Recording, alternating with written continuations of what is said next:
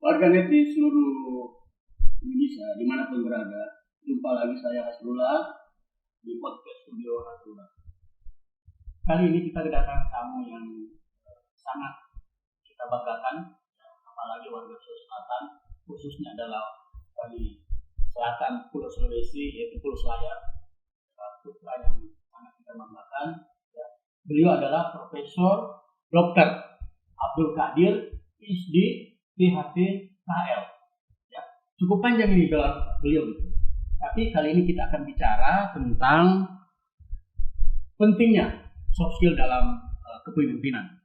Dan Pak Qadir ini, Prof. Qadir ini adalah sejak mahasiswa seorang aktivis yang tulen. Dia adalah Ketua Komisariat HMI Fakultas Kedokteran. Dan kalau bicara tentang kader HMI, andal, tangguh, bisa berlaga di tingkat apapun juga. Akhirnya dari Makassar, dari Selayar, dari Makassar sampai ke Jakarta. Kemudian beliau juga adalah aktivis dan dipercayakan setelah dia menjadi dosen Fakultas Kedokteran, dia dipercayakan sebagai Wakil Dekan 3 Kemahasiswaan Fakultas Kedokteran Universitas Muslim Indonesia. Tidak hanya sampai di situ, kadernya makin cemerlang gitu. Dia dipercaya menjadi Direktur Rumah Sakit Wahidin Sudirohusodo. Setelah dia berkarir cukup panjang di Unhas maupun di pengabdian di beberapa tempat, dia hijrah ke Jakarta. Dia ada panggilan nasional, panggil untuk menduduki posisi yang sangat prestisius adalah Direktur Rumah Sakit Kanker Dermais. Saya kira rumah sakit ini semua orang kanker dari manapun juga dari Indonesia, bahkan dari beberapa negara ASEAN ikut berobat di situ. Kemudian posisi beliau tidak hanya sampai di situ. Kalau tidak salah 2020 ya, tanggal 20 Oktober 2020 dipercayakan oleh Menteri Kesehatan menjadi Direktur Jenderal Pelayanan Kesehatan Kementerian Kesehatan Republik Indonesia. Tapi kita perlu ketahui dari segi pendidikan dia sangat sangat komprehensif ya.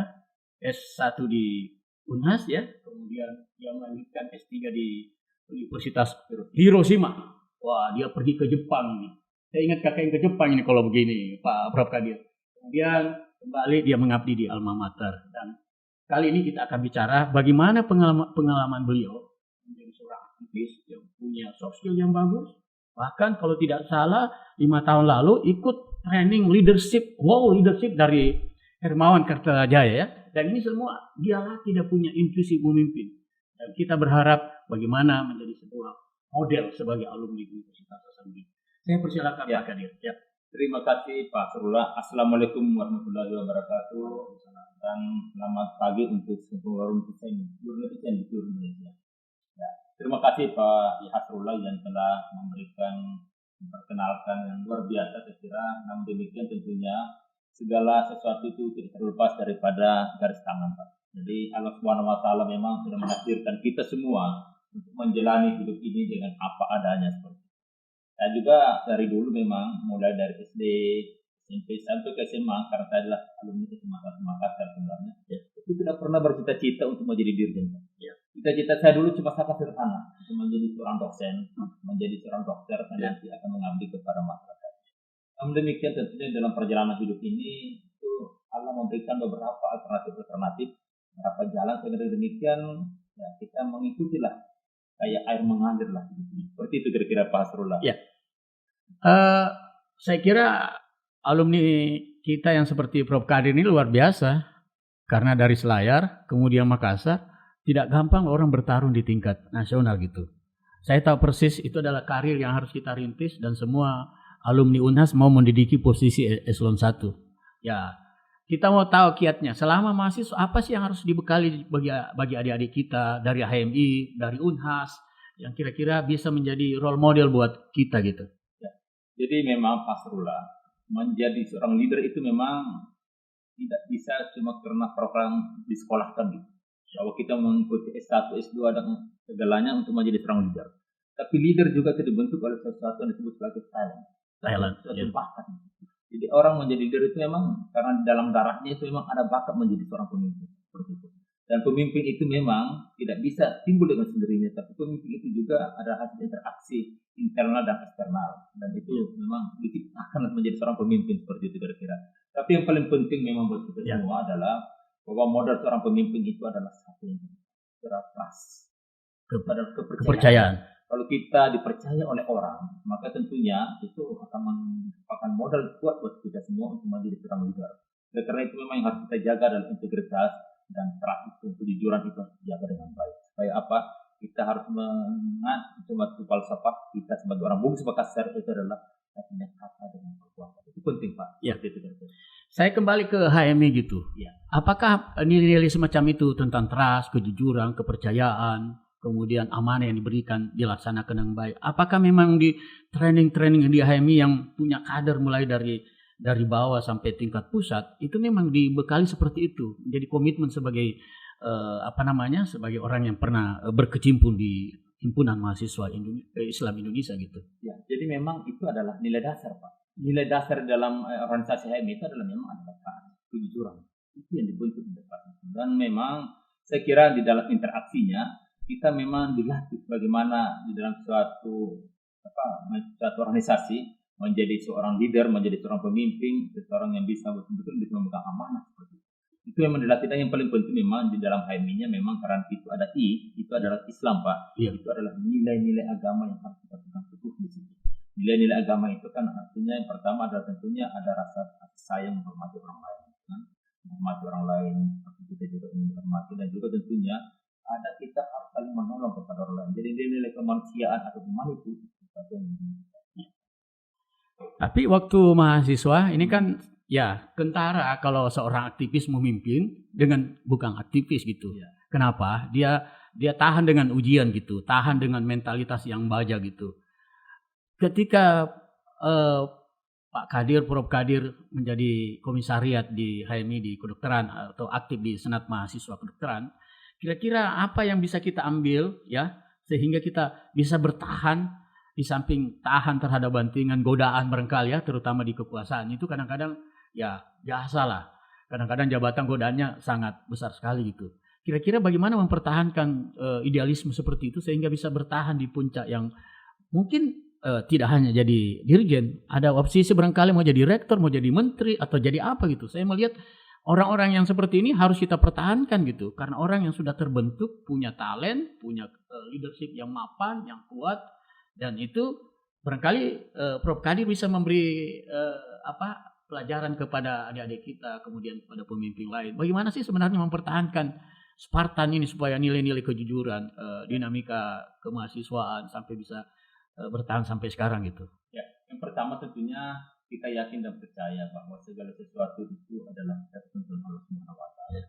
Dan yang kedua sebenarnya menjaga integritas kita, menjaga segala-galanya nilai-nilai kita anut itu. Maka yang paling penting dalam hidup ini adalah bagaimana kita mengamalkan ajaran agama. Kira intinya itu adalah di ajaran agama, Pak. Kalau kita betul-betul mengamalkan ajaran agama itu dengan baik, maka insya Allah nilai-nilai agama itu akan mewarnai seluruh hidup.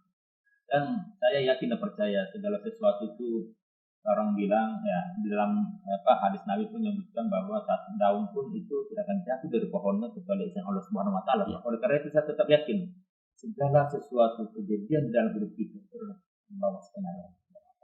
Oleh karena itu, bagaimana menjadi seorang leader yang baik, saya kira kita harus melihat role model kita di Sulawesi Selatan, role model kita terhadap misalnya kejujuran Bahru Eropa, Pak Yusuf dan sebagainya. Nilai-nilai itu yang harus kita pegang. Bagaimana betul-betul mereka menemukan itu nilai sirik yang pastinya oleh saya Selatan. Bagaimana dengan kepemimpinan Ahmad Amiruddin yang sampai sekarang belum ada yang bisa ya rektor kita ya. Ya ini siapa tahu mau jadi pemimpin di Unhas atau apa. Tentu kan nilai-nilai semacam itu yang harus kita lihat. Ada role model yang dicoba ditampilkan, diperagakan, didramaturgikan Pak Amiruddin. Kira-kira apa yang bisa diambil dari pelajaran itu gitu. Yang pertama bahwa dia itu betul-betul merefleksikan nilai-nilai humanity, nilai kemanusiaan. Artinya apa? Dia itu sangat menghormati orang lain, sangat menghargai orang lain, dan dia sifatnya adalah memanusiakan manusia. Jadi memanusiakan manusia. Tidak pernah satu kali pun kita melihat Pak Amiruddin itu marah di depan orang banyak, meskipun bagaimana bawahannya itu punya banyak kesalahan yang luar biasa, tapi dia tetap akan memanggil dengan bijak sebagai orang tua, memberikan semacam suatu pembelajaran dan sebagainya, dan mengarahkan dia bagaimana melakukan sesuatu dengan kebaikan. Saya kira Pak Amiruddin itu sesuatu yang bagi kita adalah role model. Kira itu Pak. Kita minum teh dulu nih. terima kasih. Kita minum teh sambil ya inilah kalau kita di jamu Ya, apa. terima kasih banyak nih Pak Sudah. Abdullah. Ya, luar biasa. Ada pisang gorengnya juga Pak. Terima kasih banyak Pak Abdullah. Ya. Warga netizen yang saya hormati, saya kira nilai-nilai leadership sudah disampaikan oleh Pak Profesor Kadir. Saya menganggap itu bisa menjadi contoh. Jadi tadi ada satu yang cukup menonjol berulang-ulang kali yang dikatakan berpegang kepada agama. Gitu. Ini kadang-kadang kita berkuasa, agama di nomor 2 Kang, hanya pada saat disumpah saja ya. Dan itu kalau ada pengawasan dari Yang Maha Kuasa, saya kira kita akan selamat itu.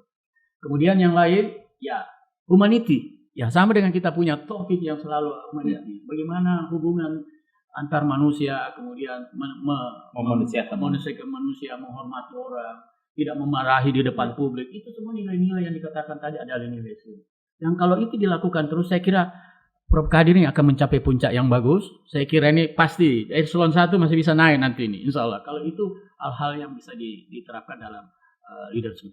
Mungkin ada closing statement yang berkali mau disampaikan di pembicaraan kita ini. Tentunya saya cuma mengharapkan bahwa kita semua ini tentunya, apalagi kita adalah warga Unhas Alumni, ke depan ingin melihat Unhas itu mempunyai reputasi yang sama dengan Universitas Negeri seluruh Indonesia. Jadi kita ingin mengangkat Unhas ini ke depan bagaimana supaya nanti kalau bisa adalah yang terbaik di seluruh Indonesia. Dan itu tentunya diperlukan kerjasama, kolaborasi dari kita semua untuk betul-betul saling mendukung untuk mengangkat Unhas ini ke depan menjadi lebih baik, menjadi yang terbaik. Dan sekira tidak cuma di Indonesia dan kalau perlu adalah regional dan internasional. Dan itu memang diperlukan leadership yang kuat untuk menjadi Unhas.